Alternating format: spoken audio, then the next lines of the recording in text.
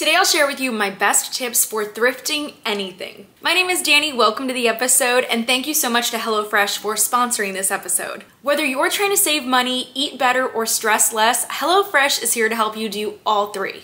Join America's #1 meal kit for your most delicious year yet. They have fresh ingredients, chef-crafted recipes, and prices that you'll love delivered directly to your door. If you've been wanting to try meal planning but you feel overwhelmed by all of it, you can instead dive into over 45 recipes from HelloFresh. They also offer market items, restaurant quality meals, and even dessert, which is my favorite. I've used HelloFresh and I can tell you from experience, it is extremely convenient and the recipes are so easy to follow, anyone can do it. There is no need to blankly stare into the fridge wondering what you're going to make for dinner tonight because HelloFresh has over 30 protein smart and calorie smart meals available each week. The meals are packed with fresh ingredients, they come pre-portioned, and they arrive at your doorstep for less hassle. And the best part is that when you try HelloFresh, you will unlock free dessert for life. Click the link in the description or use my code to get 16 free meals plus free dessert for life while subscription is active. Once again, thanks to HelloFresh for supporting the channel, and I really hope you all check them out.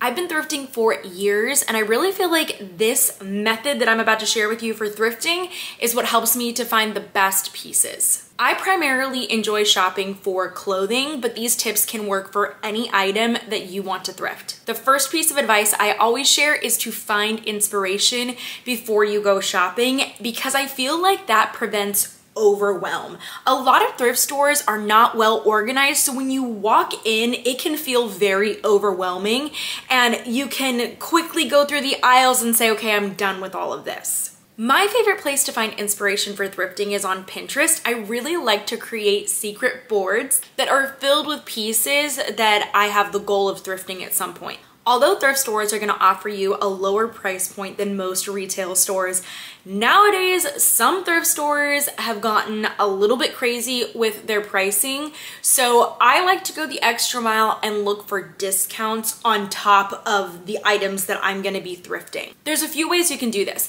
First, you can check out the website of a thrift store if they have one.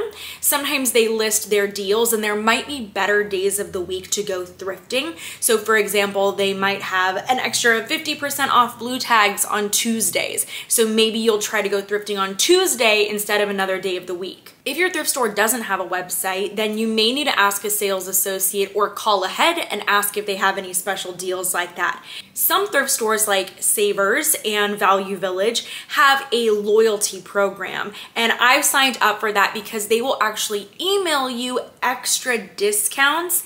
And whenever I go thrifting, I always make sure to pop open my inbox and I even check my spam and I'll look for any extra discounts that I can use while I'm there and on that trip. The other benefit of shopping at places like Savers is they give you an extra percentage off of items if you donate to the thrift store, so that's another way to save. And then they offer loyalty points. So it's something like for every $1 that you spend, you gain a point. And then once you hit a certain amount of points, you can apply those for a discount for your next purchase.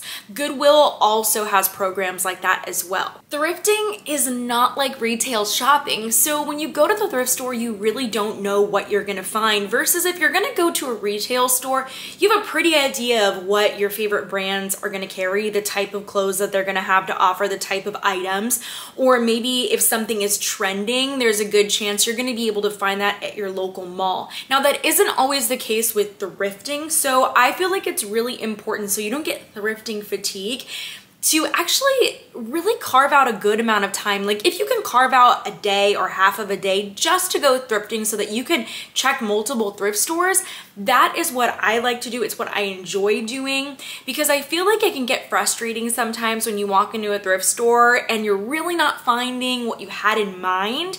And if you're in a rush and you don't have the time to check out another thrift store, you might just give up altogether. If you're trying to figure out where local thrift stores are in your local area, and if that's your first obstacle, then Google Maps and then Google can be really useful. And I have found that sometimes they do have different results. So if you're gonna use Google Maps, search for terms like thrift stores, charity shops, donations, savers, Value Village, Goodwill, and Salvation Army. If you search for those terms, you're probably gonna find something within your area. Sometimes there's thrift stores that are a little bit more mom and pop, and they don't really pop up on Google Maps, and they're a little more difficult to find. So for that, that's why I suggest also doing a separate Google search. Something else that really helps me enjoy the thrifting experience, and it manages my expectations, is walking into a thrift store and just accepting that I might not find what I'm looking for on that particular day, but not to settle for an item that's similar that I don't love as much. I feel like that's so important. That's why some people aren't as happy with their thrift finds, is because they ended up settling on something when they were looking for a different item that was very specific. So don't settle, keep looking for those dream items. Something else I want to quickly mention, which isn't technically thrifting, but it is a place that I love to find unique pieces, and that is at estate sales. Estate sales are really easy to find. All you have to do is search estate sales in my area, and I have found estate sales literally all over the country. So even when I travel, I like to check those out. You'll find some unique things. And at an estate sale, you're usually able to bargain with somebody on prices. The other thing about thrifting is, don't forget, you can thrift online. There are so many thrift stores now and resale sites that you can check out, and I'll be sure to link those in the description. One of my personal favorites is ThredUp. I've also purchased resale items from sites like Queenly. They're more dedicated to formal events. It's a great place to find dresses for pageants, for proms, for weddings. If you're gonna be a wedding guest, it's a wonderful place for items like that. Now, when you get to the actual thrift store, there are a few things that I specifically do every time I'm there. So the first thing is, when I walk in the door, before I really look at anything, I primarily focus on the end of the racks and then also underneath any racks. Because what usually happens is people will go thrifting, and instead of giving the items that they decided not to purchase to a sales associate, a lot of times people just hang them up at the end of a rack, and oh my gosh, I have found some of my favorite items and favorite purchases because they were at the end of the racks. I feel like those are the gold mine spots in a thrift store. Now, if you're like me and you primarily like thrifting for your clothes, then one thing that helps me to feel less overwhelmed, because I used to feel really overwhelmed, is when I go through the racks, I am primarily focused on colors and fabrics that I know that I like to wear. So for example, I really love tweeds and silk. So when I'm going through a rack, I am purposefully just laser focused on those fabrics. And those fabrics are pretty easy to identify most of the time. So as I'm going through the rack, I can quickly sift through things because I'm like, okay, it's not tweed and it's not silk, moving on. I don't even need to give those other items my time. Now, let's say you do find an item, like in my case, like let's say I found a silk dress, I still check the fabric content to make sure that it actually is a silk dress. Because sometimes when you're searching through the racks, you're gonna find something that you thought was this great thrifting find, but if you really look at the tag, if you pay attention to the contents of it, what it's made out of, where it's from, you'll realize, oh, this is a dupe, or this is a lower quality item than what I was looking for. I really place a high emphasis on the quality of an item that I'm thrifting, even though it is an affordable item.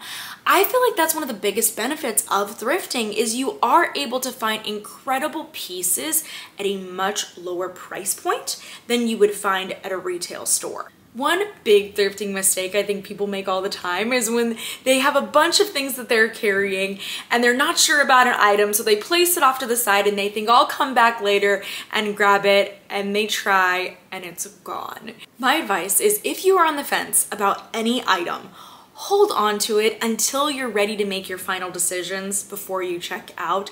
Don't let go of those items. So many people have thrifting remorse because they set aside an item thinking, oh, nobody's gonna grab it, and that they would be able to come back to it, and then it's gone. If you happen to find a very, very unique piece, or let's say you find a piece and you're unfamiliar with the brand or the label, Google it. and find the retail value, because you may find a gem.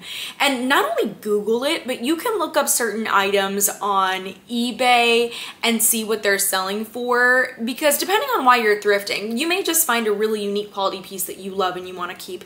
But some people do choose to resell some of their items. So don't miss out on anything that could just be a thrifting treasure because you didn't Google it. Even though I feel like you should have some type of idea of what you're looking for when you go into a thrift store, I would still encourage you to do one final pass down every aisle or every floor of a thrift store. And that's because sometimes people will take a great item and then they'll place it and they'll just drop it off in the wrong department. So there's been so many times where when I've done that final pass, I found an item that I was looking for and it was in the completely wrong department.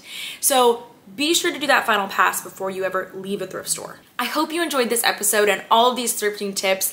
If you like more content like this, please consider subscribing. I love sustainable fashion and sharing all about the pieces that I thrift and upcycle with you. And I list a lot of the pieces that I upcycle as well on my website, DaniWalkerOfficial.com, if you'd like to check those out.